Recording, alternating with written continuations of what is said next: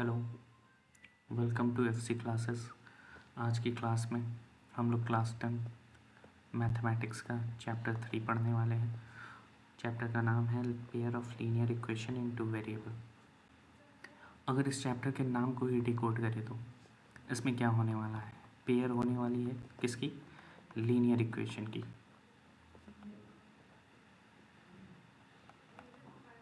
जिसमें कि दो वेरिएबल होंगे इन टू वेरिएबल। वेरिएबल्स कितने होंगे? दो। ओके, नाम से इतना मतलब निकल के आता है। फिर अलजेब्रिक एक्सप्रेशन क्या होता है? अलजेब्रिक एक्सप्रेशन, इसको पहले एक बार अच्छे से पढ़ना जाए। A combination of constant and variable connected by four fundamental arithmetic operators plus minus multiplication and division is called an algebraic expression. ठीक है, ये कॉम्बिनेशन है किसका? कांस्टेंट का और वेरिएबल का, जो कि कनेक्टेड होंगे फोर फंडामेंटल अर्थमेटिक ऑपरेटर से, जो कि प्लस माइनस मल्टीप्लिकेशन और डिवीजन है। अब एग्जाम्पल अगर देखें यहाँ पे, जैसा कि यहाँ पे दिया हुआ है ये example 3x² 4xy minus 5y², ये क्या है? एक एग्जाम्पल है अलजेब्रिक एक्सप्रेशन का। जैसे कि और एग्जाम्पल अगर देखें तो 4x² प्लस 2y प्लस 6, ये क्या है? ये भी एक अलजेब्रिक एक्सप्रेशन है। Algebraic, okay. अब हम लोग पढ़ेंगे इक्वेशन क्या होता है। ठीक है, तो इक्वेशन यहाँ पे दिया हुआ है। इक्वेशन की अगर डेफिनेशन पे जाएं तो an algebraic expression is an equal to sign with algebraic equation with equal to sign is called the equation. Without any equal sign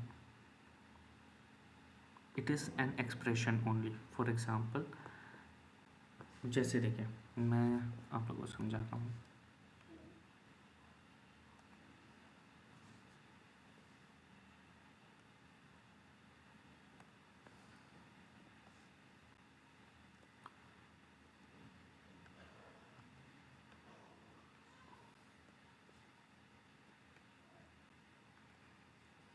equation क्या होता है?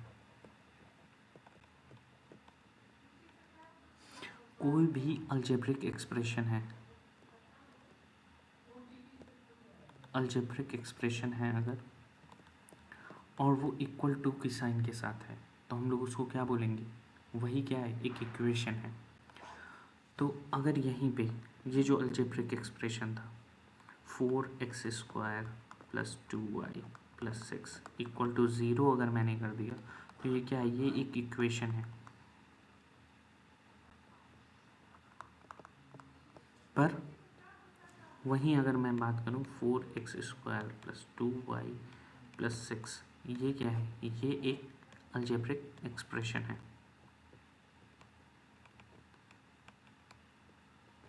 ओके, अब हम लोग स्लाइड चेंज करते हैं।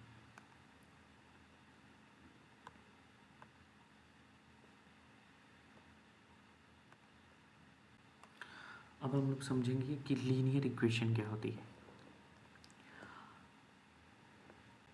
डेफिनेशन पढ़ते हैं। If the greatest exponent of the variable in an equation is 1, अगर किसी भी इक्वेशन में जो वेरिएबल है उसका ग्रेटेस्ट एक्सपोनेंट क्या होगा? 1 होगा, तो उस इक्वेशन को क्या कहेंगे? Linear equation. मान लीजिए कोई इक्वेशन है 4x plus 3y plus 5 equal to 0। तो ये इक्वेशन, पहली बात तो ये इक्वेशन है क्योंकि यहाँ पे इक्वल टू 0 से कंपेयर किया गया है, तो ये एक इक्वेशन है। और अगर यहीं पे ये होता 4x plus 3y plus C plus 5 ले, तो ये क्या है? ये अलजेब्रिक एक्सप्रेशन है। ये चीज़ तो क्लियर हो गई होगी। तो अभी हम लोग बात करते हैं कि लीनियर इक्वेशन के लिए जो वेरिएबल्स हैं हमारे, उसकी पावर क्या होनी चाहिए, 1 होनी चाहिए। ऐसा नहीं हो सकता कि आप 4x² लिख रहे हैं या 5x² लिख रहे हैं या x² करके इक्वेशन स्टार्ट हो रही है या x³ करके हो रही है। जो जितने भी वेरिएबल यूज़ हो रहे हैं उस इक्वेशन में, उसकी highest exponent, greatest exponent power क्या होनी चाहिए, 1 होनी चाहिए। ओके, ठीक है। अगर हम जनरल फॉर्म की बात करें, लीनियर इक्वेशन के जनरल फॉर्म की, कलर चेंज कर लेते हैं। तो most general form of linear pair of linear equation क्या है, ax1 a1x plus b1y plus c1 equal to 0। क्योंकि इसमें पेयर ऑफ लीनियर इक्वेशन की बात हो रही है, ये एक लाइन की इक्वेशन हो गई। एक इक्वेशन क्या रिप्रेजेंट करेगी, एक लाइन। और ये चैप्टर का नाम ही है पेयर ऑफ लीनियर इक्वेशन, तो यहाँ पे पेयर होने वाली है। तो दूसरी लाइन की equation a2x plus b2y plus c2 equal to 0। तो ये पेयर ऑफ लीनियर इक्वेशन है, ये जनरल फॉर्म है लीनियर। ये एक की अगर बात करें तो ये है general form of linear equation. Pair of linear equation का ये जनरल फॉर्म है, जहाँ पे a1 a2 b1 b2 c1 c2 ये सब क्या है, रियल नंबर है। ओके, यहाँ तक क्लियर है? तो आगे बढ़ते हैं। कोई भी डाउट हो तो आप लोग कमेंट कर सकते हैं।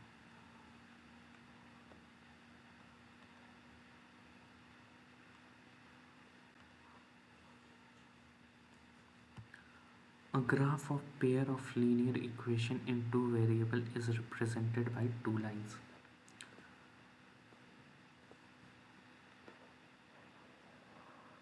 ये है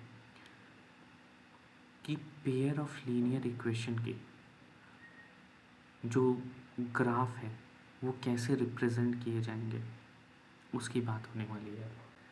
तो पहला, अगर if the line intersect at a point, अगर दो लाइन, क्योंकि पेयर ऑफ लीनियर इक्वेशन है तो किसी लीनियर इक्वेशन की जो लाइन बनती है वो इस तरह बनती है, और दूसरी लीनियर इक्वेशन से जो लाइन बनती है वो इस तरह बनती है।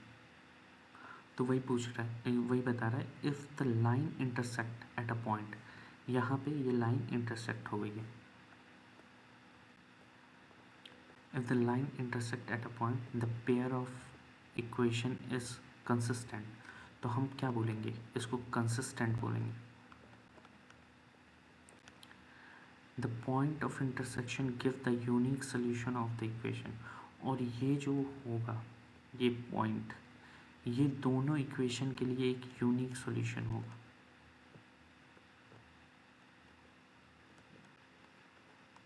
इसके अलावा कोई और उस दोनों इक्वेशन के लिए सॉल्यूशन नहीं होगा, कॉमन सॉल्यूशन नहीं होगा।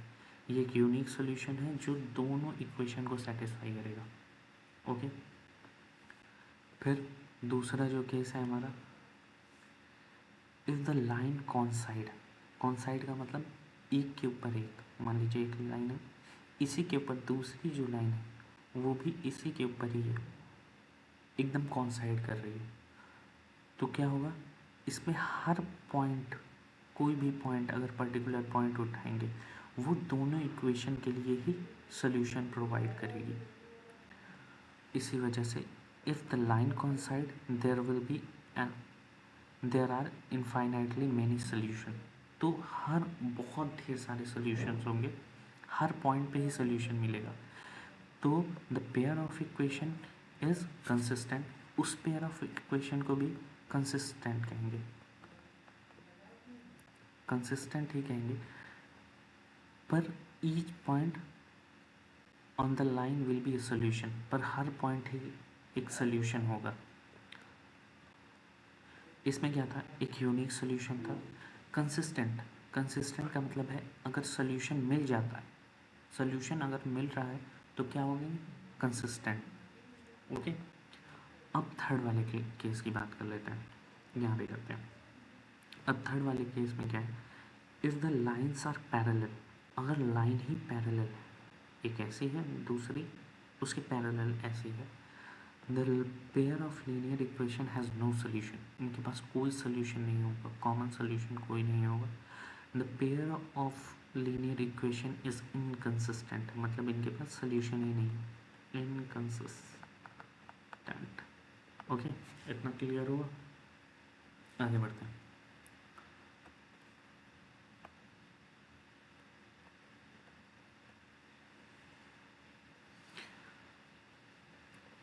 If the pair of linear equation is given by, अगर पेयर ऑफ लीनियर इक्वेशन इस फॉर्म में दी जाती है, मतलब कि a1x plus b1y plus c1 equal to 0, और ये पहली इक्वेशन है।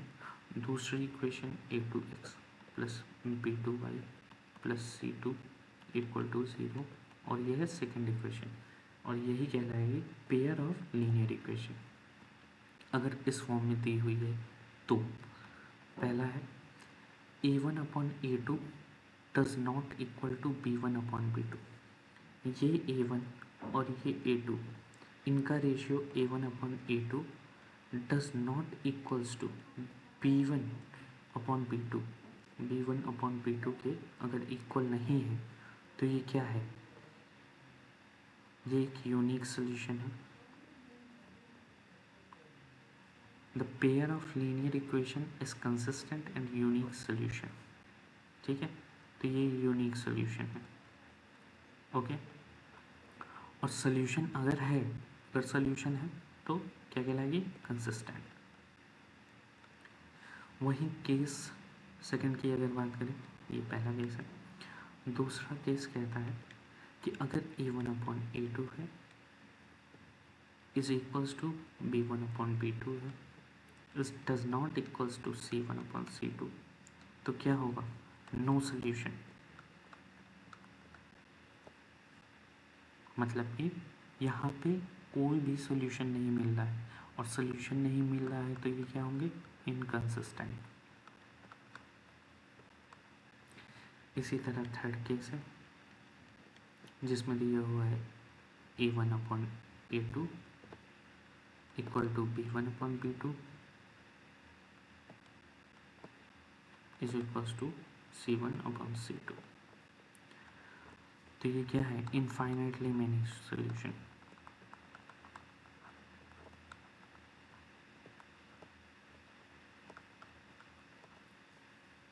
ओके, और ये क्या है, अगर सोल्यूशन है तो क्या कहलाता है, कंसिस्टेंट।